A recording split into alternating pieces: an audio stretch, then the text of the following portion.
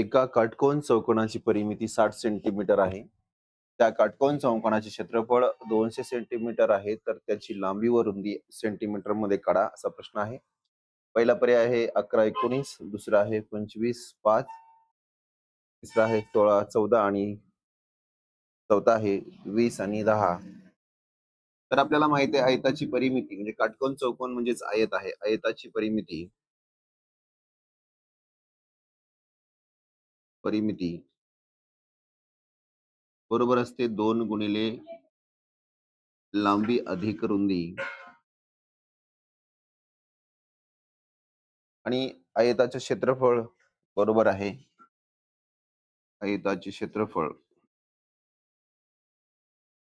क्षेत्रफळ बरोबर आहे लांबी गुणिले रुंदी.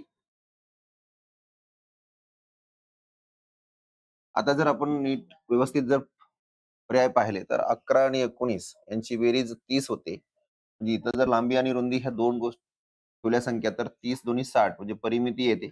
25 आणि 5 यांची सुद्धा बेरीज 30 आणि 30 दोन्ही 60. 16 आणि 14 यांची सुद्धा बेरीज 30 होते आणि 30 दोन्ही 60 आणि 20 आणि 10 यांची सुद्धा बेरीज 30 होते आणि 30 दोन्ही 60 म्हणजे सर्वांची परिमिती सारखी येते. पण आपल्याला लांबी आणि रुंदी काढायची आणि क्षेत्रफळ दिलेले आहे 200. तर आपण जर 11 आणि 19चा जर गुणाकार केला तर कोणत्याही परिस्थितीमध्ये त्याचं उत्तर 200 येणार नाही. 25 आणि 5चा जरी गुणाकार केला तरी 200 येणार नाही. मग या ठिकाणी शेवटचा जो पर्याय आहे 20 गुणिले 10 यांचा जर गुणाकार केला तर 200 येतो. म्हणजेच